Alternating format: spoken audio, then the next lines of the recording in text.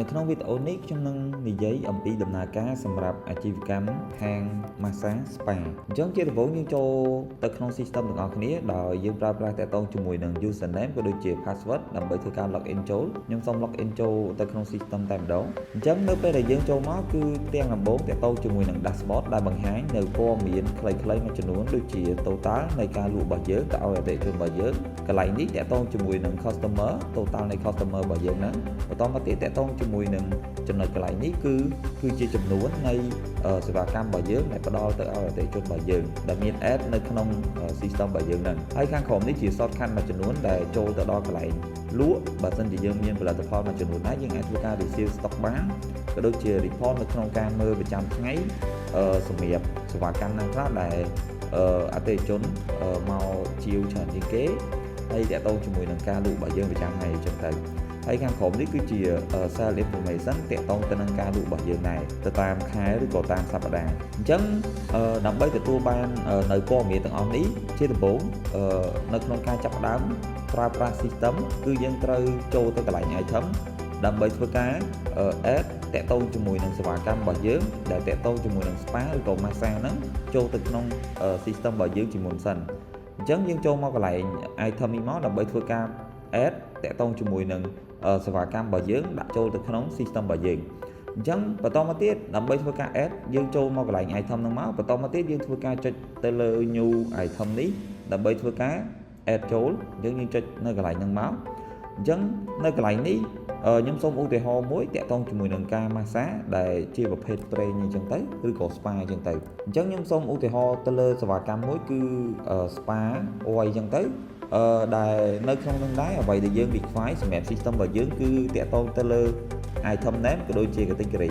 គឺកន្លែងណាកំហុសគឺ requirement អញ្ចឹងយើងត្រូវតែបំពេញដាច់ខាតហើយមួយទៀតតាក់ទងជាមួយនឹង category នៅពេលដែលយើងធ្លាប់មាន category ស្រាប់ហើយយើងនៅពេលដែលធ្វើការចុចកន្លែងហ្នឹងគឺវានឹង link តាក់ទងជាមួយ category ដែលយើងធ្លាប់បានបង្កើតដែលមានស្រាប់ហ្នឹងឬក៏បើសិនជា category ថ្មីយើងអាចធ្វើការបង្កើតបានភ្លាមៗនៅកន្លែងហ្នឹងផ្ទាល់តែម្ដងក៏បានដែរឥឡូវខ្ញុំសូមធ្វើការបង្កើតតាក់ទងជាមួយនឹង category ថ្មីមួយដើម្បីងាយស្រួលអូខេឬក៏យើងអាចធ្វើការ add ដាក់ចូលទៅក្នុង category ដែលយើងមានស្រាប់ក៏បានដែរប៉ុន្តែជាឧទាហរណ៍ខ្ញុំសូមដាក់ category ថ្មីមួយដែរអញ្ចឹងទៅអញ្ចឹងឥឡូវខ្ញុំសូមប្រើប្រាស់ឈ្មោះដូចគ្នាអញ្ចឹងទៅជាឧទាហរណ៍អញ្ចឹងសម្រាប់ឈ្មោះនឹងដែរគឺជាឈ្មោះថ្មីអញ្ចឹងយើងអាចធ្វើការចុចទៅលើ new category ដើម្បីធ្វើការបង្កើត category ថ្មីហ្នឹងឬក៏យើងអាចធ្វើការចុចទៅលើ keyboard របស់យើងដោយចុចទៅលើ enter ក៏បានដែរអញ្ចឹងយើងចុចទៅលើហ្នឹងមកអញ្ចឹងយើងនឹងទទួលបានតាក់ទងជាមួយនឹង category ថ្មីដែលនៅក្នុងហ្នឹងមាន spa oil ដែលជាសេវាកម្មរបស់យើងដែលស្ថិតនៅក្នុង category មួយហ្នឹងអញ្ចឹងបន្តមកទៀតយើង scroll ចុះក្រោមយើងមានកន្លែងមួយដែលយើងធ្វើការកំណត់ថាតើសេវាកម្មរបស់យើងហ្នឹងនៅពេលដែលអតិថិជនគាត់ធ្វើការទិញទៅលើសេវាកម្មហ្នឹងមានន័យថាសេវាកម្មមួយហ្នឹងគឺយើង spa ឲ្យគាត់ក្នុងរយៈពេលប្រហែលនាទីប្រហែលម៉ោងអីចឹងទៅអញ្ចឹងជាទូទៅឧទាហរណ៍ថាខ្ញុំបង្កើតខ្ញុំដាក់ត្រឹម30នាទីបែបនេះអញ្ចឹងយើង scroll ចុះក្រោមអ្វីដែលសំខាន់គឺយើងមកកន្លែងនេះគឺយើងត្រូវកំណត់ដាក់30នាទីដែរទៅតាមសេវាកម្មរបស់យើងដែលយើងផ្ដល់ឲ្យអតិថិជនហ្នឹងអញ្ចឹងនៅពេលដែលយើងធ្វើការកំណត់នៅកន្លែងហ្នឹងរួចរាល់ហើយយើងអាចមើលខាងក្រោមគឺកន្លែងនេះគឺយើង tick ជា service ដែលមានន័យថាសេវាកម្មរបស់យើងហ្នឹងជាប្រភេទ service ហើយចំណុចបន្តមកទៀតយើងត្រូវ tick កន្លែងនេះដូចគ្នាដែរដើម្បីងាយស្រួលក្នុងការទៀងទាត់ហើយនៅពេលដែលអតិថិជនគាត់ចាប់ផ្ដើមធ្វើហើយដល់ម៉ោងកំណត់នៃសេវាកម្មហ្នឹងគឺមាន load alert នៅកន្លែងលេខបន្ទុករបស់យើងនៅពេលដែលអតិថិជនគាត់ចូលហ្នឹងអូខេអញ្ចឹងបន្តមកទៀតយើងចូលមកដល់កន្លែង pricing ដើម្បីធ្វើការកំណត់តាក់ទងជាមួយនឹងថ្លៃដើមនៃសេវាកម្មរបស់យើងឬក៏យើងអត់ចង់ដាក់ទេយើងអាចធ្វើការដាក់0អញ្ចឹងបានបន្តមកទៀតកន្លែងនេះគឺជាតម្លៃដែលយើងផ្ដល់ជូនឲ្យអតិថិជនរបស់យើងមានន័យថាគាត់ spa អុយហ្នឹង30នាទីហ្នឹងយើងគិតក្នុងតម្លៃប្រហែលអញ្ចឹងជាទូទៅនៅកន្លែងនេះដោយសាររបស់យើងគឺ30នាទីអញ្ចឹងកន្លែង selling price នេះយើងត្រូវកំណត់ជាលក្ខណៈនាទីមានន័យថា30នាទីហ្នឹងឧទាហរណ៍$10អញ្ចឹងយើងយកចែកមកថា1នាទីយើងត្រូវគិតប្រហែលអញ្ចឹងឥឡូវឧទាហរណ៍ថាខ្ញុំគិតត្រឹម$1អញ្ចឹងនៅពេលដែលខ្ញុំដាក់$1មានន័យថាក្នុង1នាទីខ្ញុំគិត thaសេវាកម្មហ្នឹងគឺធ្វើមួយនាទីគឺ$1អញ្ចឹង30នាទីគឺ$30អញ្ចឹងទៅអញ្ចឹងនៅពេលដែលអតិថិជនទិញវានឹង calculate ទៅលើតម្លៃហ្នឹងឲ្យអូតូហើយអញ្ចឹងយើងចាំមើលដល់ពេលលក់យើងនឹងឃើញជាក់ស្ដែងថាកន្លែងហ្នឹងគឺចេញបែបម៉េចហើយតាក់ទងជាមួយនឹងកន្លែងនេះខ្ញុំសូមអត់ប្រើប្រាស់ទេដែលផ្ដោតទៅលើតម្លៃសម្រាប់ប្រភេទជាភ្ញៀវ VIP ឬក៏ភ្ញៀវ VVIP អញ្ចឹងទៅហើយមួយទៀតអ្វីដែលសំខាន់ជាងគេគឺទៅលើ commission អ្នកដែលធ្វើអញ្ចឹងសម្រាប់ commission គឺយើងចូលមកកំណត់នៅកន្លែង pricing នឹងដូចគ្នាដោយយើងចុចកន្លែងនេះយើងចុច tick វាចឹងមកអញ្ចឹងយើងអាចធ្វើការដាក់កំណត់តាក់ទងជាមួយនឹង commission សម្រាប់ឲ្យទៅអ្នកដែលធ្វើសេវាកម្មហ្នឹងអតិថិជនបានហ្នឹងអញ្ចឹងខ្ញុំសូមបង្ហាញ option ទី1តាក់ទងជាមួយនឹង percentage មានន័យថាជាភាគរយអញ្ចឹងឧទាហរណ៍ថាក្នុងតម្លៃហ្នឹងគឺ$1អញ្ចឹងសម្រាប់ភាគរយយើងដាក់ប៉ុន្មានភាគរយដើម្បីផ្ដល់ជូនឲ្យទៅអ្នកដែលធ្វើសេវាកម្មហ្នឹងអញ្ចឹងណា commission ណាអញ្ចឹងឧទាហរណ៍ថាដាក់10%អញ្ចឹងយើងដាក់តលេខ10ទៅអានេះ10%ហើយដោយសារ option ទី1ហ្នឹងជាភាគរយបន្តមកទៀតយើងអាចធ្វើការដាក់រូបភាពដោយយើងចូលមកកន្លែង image នេះមកដើម្បីធ្វើការដាក់រូបភាពអញ្ចឹងយើងចុច choose file របស់យើងធម្មតាអញ្ចឹងមកអញ្ចឹងខ្ញុំសូមទៅរករូបភាពមួយអូខេអញ្ចឹងខ្ញុំឧទាហរណ៍ថារូបភាពនេះមួយអញ្ចឹងយើងធ្វើការចុចបែបហ្នឹងអញ្ចឹងមកបន្តមកទៀតយើងធ្វើការចុច save ទៅវានឹងធ្លាក់មកនៅបែបនេះអញ្ចឹងមានន័យថារូបភាពហ្នឹងគឺយើងដាក់ចូលទៅក្នុងសេវាកម្មហ្នឹងរួចរាល់ហើយអញ្ចឹងយើងនឹងទទួលបានតាក់ទងជាមួយនឹងសេវាកម្មថ្មីមួយដែល spa 30នាទីអីចឹងមកដែលយើងបានធ្វើការឧទាហរណ៍បង្កើតដំបិញមិញហ្នឹងអូខេហើយនេះគឺជារូបភាពអញ្ចឹងខ្ញុំសូមឧទាហរណ៍មួយទៀតអញ្ចឹងយើងចូលមកកន្លែង item ហ្នឹងដដែលមក new item ហ្នឹងហើយតាក់ទងជាមួយនឹង item ហ្នឹងយើងដាក់អីគេឧទាហរណ៍ថាខ្ញុំដាក់ spa ដូចគ្នាដែរហើយដាក់oil ដូចគ្នាដែរប៉ុន្តែអានេះយើងដាក់ដល់120នាទីអញ្ចឹងទៅអញ្ចឹងបន្តមកទៀតកន្លែងនេះយើងធ្វើការដាក់ចូលនៅក្នុង category ដូច category របស់យើងមុនហ្នឹងដែរដែលយើងបានធ្វើការបង្កើតហើយអញ្ចឹងយើងដាក់ចូលទៅក្នុងនឹងជាមួយគ្នាទៅអូខេអញ្ចឹងយើង select ទៅលើហ្នឹងមកអញ្ចឹងមានន័យថាយើង add ចូលទៅក្នុង category ដែលយើងបានមានស្រាប់ហើយកន្លែងហ្នឹងណាដែលយើងបង្កើតមុនហ្នឹងសម្រាប់30នាទីយើងបានធ្វើការបង្កើត category ហ្នឹងអញ្ចឹង120នាទីនេះខ្ញុំដាក់នៅក្នុង category ហ្នឹងដូចគ្នាអញ្ចឹងទៅអញ្ចឹងបន្តមកទៀតយើងចូលមកខាងក្រោមនេះយើង add កន្លែងនេះដាក់120នាទីអញ្ចឹងមកកន្លែងហ្នឹងបន្តមកទៀតយើងធ្វើការ tick កន្លែងនេះដើម្បីគិតតាក់ទងជាមួយនឹងម៉ោងអូខេអញ្ចឹងបន្តមកទៀតចូលមកកន្លែង pricing ដើម្បីធ្វើការកំណត់នៅក្នុងមួយនាទីយើងលក់ប្រមាណគិតប្រមាណសម្រាប់អតិថិជនហ្នឹងអញ្ចឹងឧទាហរណ៍ថាយើងគិត 0.5 មានន័យថា$0.5អញ្ចឹងបន្តមកទៀតតាក់ទងជាមួយនឹង commission ខ្ញុំអត់ដាក់ជាភាគរយទៀតទេតាក់ទងមួយចំណុចនេះខ្ញុំសូមផ្លាស់ប្ដូរទៅជាចំនួនលុយវិញដែលនៅពេលដែលយើងធ្វើការចុច tick កន្លែងហ្នឹងវានឹងចេញតាក់ទងជាមួយកន្លែង commission មកហើយអញ្ចឹងកន្លែងដំបូង option ដំបូងតាក់ទងជាមួយនឹងជាភាគរយដែលខ្ញុំបានធ្វើការកំណត់នៅសម្រាប់សេវាកម្មដែលយើងបង្កើតមុនហ្នឹង30នាទីអញ្ចឹងទី2ខ្ញុំយក fixed amount ដែលជាប្រភេទដាក់នៃចំនួនលុយមានន័យថា commission ដែលគាត់ធ្វើហ្នឹងគឺយើងគិតជាសាច់ប្រាក់ឲ្យគាត់តែម្ដងគឺយើងអត់គិតភាគរយទៀតទេអញ្ចឹងឧទាហរណ៍ថាខ្ញុំឲ្យគាត់0.25 អីចឹងទៅយើងដាក់ប៉ុណ្ណឹងមករួចរាល់ហើយអាហ្នឹងជាចំនួនលុយតែម្ដងអូខេបន្តមកទៀតបើសិនជាយើងអត់ចង់ដាក់រូបភាពទេយើងចុច save តែម្ដងប៉ុន្តែបើយើងចង់ដាក់រូបភាពយើងអាចចូលមកដាក់នៅកន្លែងហ្នឹងបានអូខេមួយទៀតចឹងមក add ចឹងមកបន្តមកទៀតយើងធ្វើការចុច save ទៅរួចរាល់ហើយអូខេហ្នឹងជាក់ស្ដែងទៅលើរូបភាពដែលយើងបានធ្វើការដាក់អញ្ចឹងយើងចុចមក item នឹងវិញមកការបង្កើតរបស់យើងគឺរួចរាល់ហើយទៅលើសេវាកម្ម spa ឬក៏ massage របស់យើងហ្នឹងដែលជាឧទាហរណ៍មួយពីរនៅខាងក្រោមនេះដែរទៅលើចំណុចហ្នឹងអញ្ចឹងតាក់ទងជាមួយនឹងការបង្កើតគឺយើងបង្កើតបែបនេះហើយបើយើងចង់ធ្វើការ edit ទៅលើសេវាកម្មរបស់យើងណាមួយយើងអាចធ្វើការចុច edit នៅពីមុខ item របស់យើងនឹងមកបន្តមកទៀតយើងអាចធ្វើការកែព័ត៌មានបានអូខេឧទាហរណ៍បែបនេះជាមួយមកហើយយើងធ្វើការចុច save វិញទៅយើង return ទៅ item របស់យើងវិញទៅរួចរាល់ជាការស្រេចហើយអញ្ចឹងនេះគឺជារបៀបនៅក្នុងការបង្កើតតាក់ទងជាមួយនឹងសេវាកម្មសម្រាប់អាជីវកម្ម spa ក៏ដូចជា massage នៅក្នុង system របស់យើងអញ្ចឹងដើម្បីធ្វើការផ្ដល់តាក់ទងជាមួយនឹងសេវាកម្មទាំងអស់ហ្នឹងទៅឲ្យអតិថិជនរបស់យើងឬក៏លក់សេវាកម្មទាំងអស់ហ្នឹងទៅឲ្យអតិថិជនរបស់យើង ជាដំបូងយើងចូលមកកន្លែង cell របស់យើងនឹងមកអញ្ចឹងនៅ cell ហ្នឹងនៅផ្នែកខាងនេះគឺបង្ហាញតាក់ទងជាមួយនឹង category ហើយតាក់ទងជាមួយនឹងសេវាកម្មដែលយើងបានធ្វើការបង្កើតអំបញ្ញមិញឬក៏សេវាកម្មផ្សេងៗអញ្ចឹងទៅហើយកន្លែងនេះគឺជាកន្លែងដែលយើងអាចធ្វើការចុចបានដែរទៅលើ category ដើម្បីបង្ហាញតាក់ទងជាមួយនឹងសេវាកម្មដែលយើងបានធ្វើការបង្កើតអំបញ្ញមិញអញ្ចឹងតាក់ទងជាមួយនឹងការបង្កើតរបស់យើងដែលយើងបានធ្វើការដាក់តម្លៃបែបទៅលើនាទីមានន័យថាយើងគិតទៅលើនាទីអញ្ចឹងសម្រាប់ការ spa 30នាទីកន្លែងនេះគឺ$30ដូចគ្នាដែរដោយសារថាមួយនាទីយើងគិត$1ហើយកន្លែងនេះយើងកំណត់មួយនាទីយើងគិត0.5អញ្ចឹង120នាទីគឺ$60អញ្ចឹងទៅសម្រាប់លក់ឲ្យអតិថិជនរបស់យើងអញ្ចឹងដើម្បីធ្វើការផ្ដល់ជូនតាក់ទងជាមួយសេវាកម្មទាំងអស់ហ្នឹងទៅឲ្យអតិថិជនរបស់យើងជាដំបូងយើងចូលមកកន្លែង number របស់យើងនេះមកបន្តមកទៀតដើម្បីមើលតាក់ទងជាមួយនឹង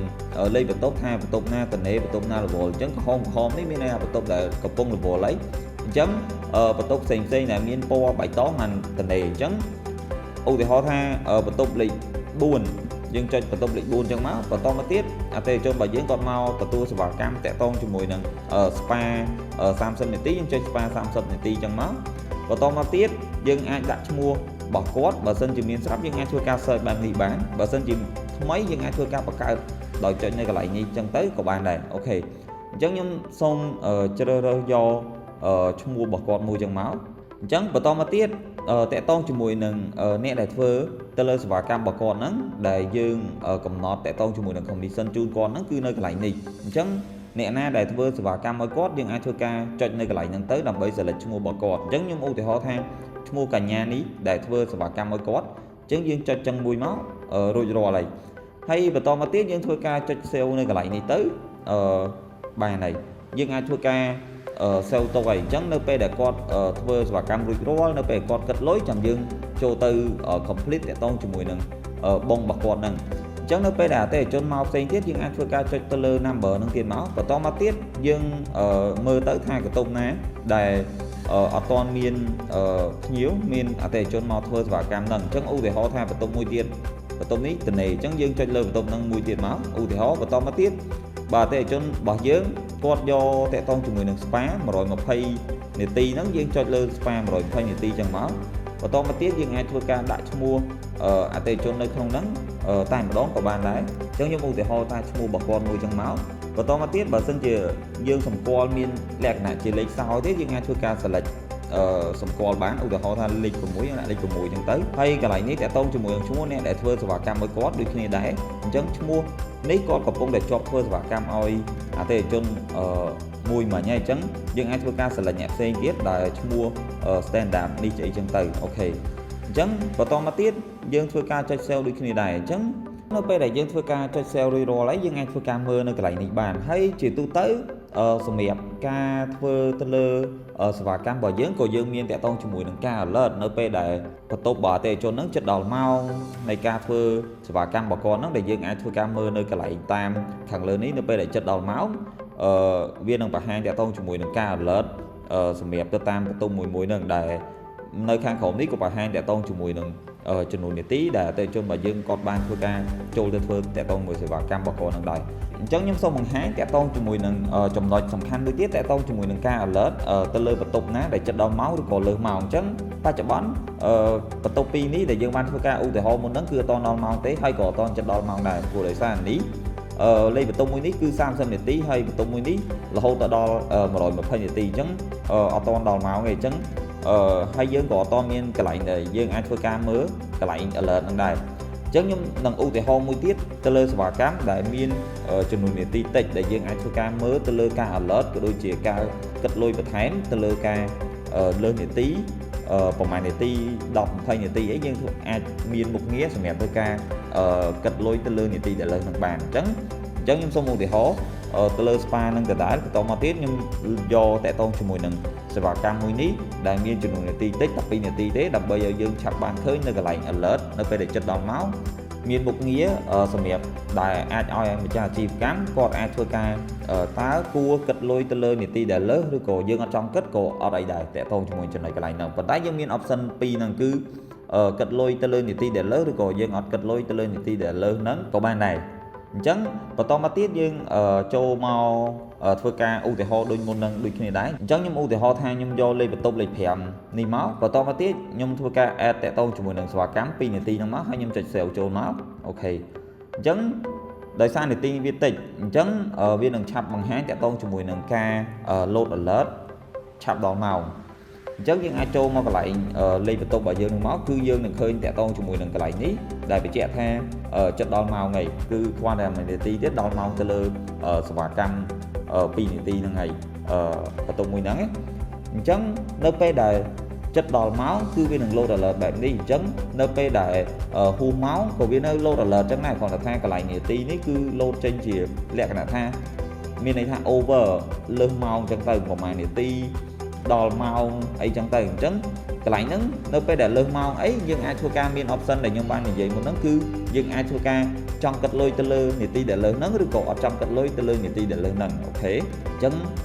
នៅពេលដែលដល់ម៉ោងខ្ញុំនឹងបង្ហាញនៅកន្លែងហ្នឹងនៅពេលដែលលើសម៉ោងប៉ុន្តែបើចិត្តដល់ម៉ោងចេះអត់អីទេយើងចុចមកគឺយើងធ្វើការ complete បានធម្មតាតើតាលើសម៉ោងបានមានតាក់ទងជាមួយនឹង option កន្លែងហ្នឹងអូខេអញ្ចឹងខ្ញុំនឹងបង្ហាញតាក់ទងជាមួយនឹងការគិតទៅលើនីតិដែលលើអញ្ចឹងយើងចូលមកកន្លែងលេខបន្ទប់របស់យើងម្ដងទៀតចឹងមកអញ្ចឹងតាក់ទងជាមួយកន្លែងនេះគឺបង្ហាញហើយតាក់ទងជាមួយនឹង over 4នាទីមានន័យថាសម្រាប់បន្ទប់មួយហ្នឹងគឺលើស4នាទីហើយអញ្ចឹងនៅពេលដែលគាត់មកគិតលុយយើងអាចធ្វើការចុចទៅលើនឹងអញ្ចឹងមកបន្តមកទៀតវានឹងបង្ហាញតាក់ទងជាមួយកន្លែងនេះថាគាត់លើសមួយនាទីអញ្ចឹងទៅប៉ុន្តែ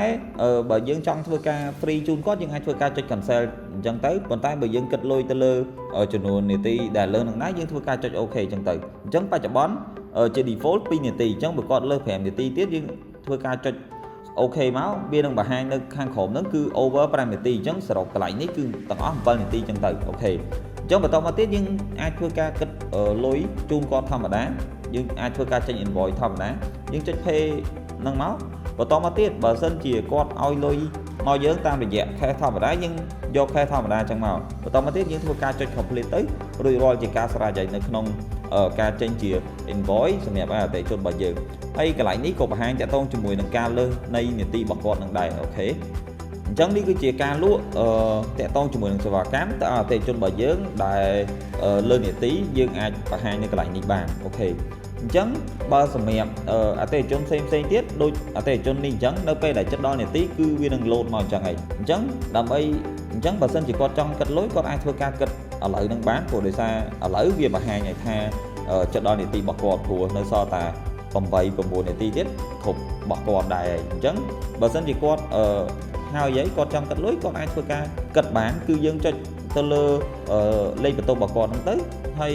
យើងចុចកន្លែង pay ហ្នឹងទៅបើគាត់ឲ្យយើងតាមរយៈ ABA យើងselect លើ ABA អញ្ចឹងទៅយើងធ្វើការ complete បានធម្មតាតាក់ទងជាមួយនឹងកន្លែងហ្នឹងហើយតាក់ទងជាមួយកន្លែងហ្នឹងក៏អត់មានបង្ហាញតាក់ទងជាមួយនឹងការលើសអីដែរព្រោះដោយសារចំពោះបន្ទប់របស់គាត់គឺគ្រាន់តែចិត្តដល់ទេគ្រាន់តែបង្ហាញ alert ហ្នឹងគឺចិត្តដល់ម៉ោងទេមិនទាន់មានការ over ទៅលើនីតិដែលឲ្យយើងគិតលុយទេអញ្ចឹងខ្ញុំសូមចូលទៅគិតតាក់ទងជាមួយនឹងលេខបន្ទប់មួយទៀតដែលលេខបន្ទប់មួយនេះអញ្ចឹងខ្ញុំចូលទៅ complete ដូចគ្នាដែរអញ្ចឹងបើសិនជាគាត់ធ្វើតែ1នាទីហ្នឹងទេយើងអាចធ្វើការចុចទៅលើលេខបន្ទប់របស់គាត់ហ្នឹងមកបន្តមកទៀតយើងធ្វើការចុច complete បានធម្មតាដូចគ្នាដែរអញ្ចឹងបើគាត់ឲ្យតាម cash ឧទាហរណ៍ថាគាត់អស់$60អញ្ចឹងបើគាត់ឲ្យគេតាម$100យើងអាចធ្វើការវាយ$100អញ្ចឹងចូលមកបន្តមកទៀតយើងធ្វើការ complete ធម្មតាអញ្ចឹងទៅនៅលើហ្នឹងក៏បង្ហាញតាក់ទងជាមួយនឹងសាច់ប្រាក់ដែលយើងត្រូវអាប់អីជូនគាត់ដែរអញ្ចឹងតាក់ទងជាមួយនឹងការឧទាហរណ៍ទៅលើការដែលផ្ដល់តាក់ទងជាមួយសេវាកម្មដល់អតិថិជនរបស់យើងគឺខ្ញុំសូមឧទាហរណ៍ប៉ុណ្ណឹងហើយចំណុចមួយទៀតតាក់ទងជាមួយនឹងការមើល report អញ្ចឹងតាក់ទងជាមួយនឹងការមើល report គឺយើងចូលមកកន្លែងreport របស់យើងនឹងមកអញ្ចឹង report របស់យើងមានច្រើនប៉ុន្តែ report ដែលសំខាន់ជាងគេដំបូងគេហ្នឹងខ្ញុំសូមបង្ហាញតាក់ទងជាមួយនឹង report commission អញ្ចឹងយើងចូលមកកន្លែង commission ហ្នឹងមកបន្តមកទៀត commission របស់យើងមាន2អញ្ចឹងយើងអាចធ្វើការចូលមើលទៅលើ cell ខាងលើហ្នឹងមកដែលបង្ហាញតាក់ទងជាមួយនឹងឈ្មោះបុគ្គលិករបស់យើងដែលធ្វើសេវាកម្មទៅឲ្យអតិថិជនរបស់យើងហ្នឹងគាត់ទទួលបាន commission ប្រមាណអីប្រមាណដែលយើងអាចធ្វើការ filter ទៅតាមថ្ងៃទៅតាមមួយខែក៏បានដែរឬក៏ជាឆ្នាំក៏បានដែរអូខេអញ្ចឹងឥឡូវខ្ញុំសូមឧទាហរណ៍យក today ដែលយើងទៅតែឧទាហរណ៍បាញ់មិញហ្នឹងអញ្ចឹងយើងចុច submit មកវាបង្ហាញតាក់ទងជាមួយនឹងឈ្មោះរបស់បុគ្គលិករបស់យើងដែលគាត់ទទួលបានតាក់ទងជាមួយនឹង commission នៃការធ្វើសេវាកម្មរបស់គាត់ហ្នឹង$3ហើយម្នាក់ទៀតក៏ទទួលបាន$30អញ្ចឹងទៅអញ្ចឹងតើតោងជាមួយនឹងកន្លែងហ្នឹងគឺយើងមើលសាច់ប្រាក់ដែល commission ដែលយើងត្រូវឲ្យទៅកាន់បុគ្គលិករបស់យើងអញ្ចឹងទៅហើយតើតោងជាមួយនឹង commission ម្ដងទៀតដែរហើយយើងអាចចូលមកមើលកន្លែង item sale commission report ដែលបង្ហាញរៀង detail ជាង report ខាងលើមិញដោយសារថានៅកន្លែងនេះយើងមានទាំងឈ្មោះ item មានទាំងតម្លៃមានទាំងឈ្មោះ customer អីទៀតអញ្ចឹងយើងអាចមកមើលនៅកន្លែងហ្នឹងបានតើតោងជាមួយនឹង commission យើងអាចចូលមកកន្លែង commission ហ្នឹងបានអញ្ចឹងតើតោងជាមួយនឹង report item នេះគឺយើងមើលចង់ដឹងថាតើសម្រាប់ថ្ងៃហ្នឹងឬក៏ខែហ្នឹងយើងលក់ដាច់ទៅលើសេវាកម្មណាខ្លះអញ្ចឹងយើងអាចចូលមកកន្លែង item ហ្នឹងមកបន្តមកទៀតយើងចូលមក summary report បន្តមកទៀតយើងអាច filter date នេះទៅតាមខែទៅតាមថ្ងៃដែលយើងចង់មើលអញ្ចឹងសម្រាប់ខ្ញុំយក default today អញ្ចឹងយើងចុចទៅលើ submit ហ្នឹងមកដើម្បីមើល report អញ្ចឹងសម្រាប់ថ្ងៃហ្នឹងគឺយើងដាច់អស់3សេវាកម្មដែលអតិថិជនគាត់បានមកទទួលគឺតាក់ទងជាមួយនឹងspa 120នាទី spa 30នាទីក៏ដូចជា spa 2នាទីអញ្ចឹងទៅអញ្ចឹងកន្លែងហ្នឹងវានឹងបង្ហាញតាក់ទងជាមួយនឹងសេវាកម្មដែលអតិថិជនគាត់មកទទួលទៅលើសេវាកម្មហ្នឹងអញ្ចឹងទៅ report ដែលសំខាន់មួយទៀតតាក់ទងជាមួយនឹង report sale អញ្ចឹង report sale វាបង្ហាញនៅការចេញបង់របស់យើងថាថ្ងៃហ្នឹងយើងចេញបង់ទៅអតិថិជនរបស់យើងបានប៉ុន្មានខ្លះអញ្ចឹងទៅដែលនៅក្នុងហ្នឹងយើងអាចមើលជា summary ដែលបង្ហាញតាក់ទងជាមួយនឹងចំនួនបង់ដែលយើងបានធ្វើការចេញលក់ឲ្យអតិថិជនរបស់យើងហ្នឹងគឺ3បង់ហើយបើយើងចង់ដឹងថានៅក្នុងបង់នីមួយៗមានសេវាកម្មអីគេខ្លះយើងចូលមក sale នឹងដដែលបន្តមកទៀតយើងចូលមក detail report អញ្ចឹងបន្តមកទៀតយើងអាចធ្វើការ filter ទៅតាមថ្ងៃដែលយើងចង់មើលអញ្ចឹងទៅសម្រាប់ខ្ញុំយក today អញ្ចឹងមកបន្តមកទៀតខ្ញុំធ្វើការចុច submit ទៅលើ report ហ្នឹងវានឹងបង្ហាញ detail ដែល3បងដូចគ្នាដែរដូច summary ដែរប៉ុន្តែអានេះបង្ហាញ detail ដែលបង្ហាញទៅដល់បងទៅដល់អ្នកដែលចេញបងហើយក៏ដូចជាទៅដល់ឈ្មោះអតិថិជនដែលយើងបានធ្វើការលក់ជូនទៅគាត់អញ្ចឹងទៅអញ្ចឹងបើយើងចង់ដឹងថានៅក្នុងនឹងមានគេខ្លះយើងអាចធ្វើការចុចពលានៅពីមុខកន្លែងហ្នឹងទៅដើម្បីយើងដឹងថានៅក្នុងបងរបស់គាត់ហ្នឹងមានសេវាកម្មអីគេខ្លះដែលយើងបានធ្វើការលក់ជូនដល់ឲ្យគាត់ហ្នឹងអញ្ចឹងតកតងជាមួយនឹង report sale គឺយើងមើលទៅលើការលក់ចេញនៃបងរបស់យើងហ្នឹងអញ្ចឹងតកតងជាមួយនឹង report ខ្ញុំសូមបង្ហាញតែប៉ុណ្្នឹងទេអរគុណ